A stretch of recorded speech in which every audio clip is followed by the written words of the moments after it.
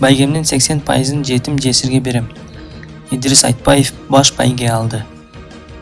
Айтыш коомдук фондунун 20 жылдыгына карата Тоголок Молдонун 160 жылдыгына арналган республикалык Айтыш 2021 сынагы болуп өттү. Анда төкмө акын Идрис Айтбаев баш байгеге ээ болуп, биринчи орунду Баян Ахматов, экинчи орунду Ахматбек Султан уулу жана үчүнчү орунду Тынчтыкбек Эсенбай уулу татыды. Баш байге 200 000 сом, биринчи орун 150 000 сом, экинчи орун 100 000, үчүнчү орун 50 000 сом, ошондой эле калган акындар диплом жана 30 000 сом кызыктыруучу сыйлыктарга ээ болушту. Байге фонду 1 миллион сомду түзгөн айтышка 12 акын катышты. Тандоо туру 27 мартта КТРКнын концерттик залында өтүп, 42 акын ат салышкан.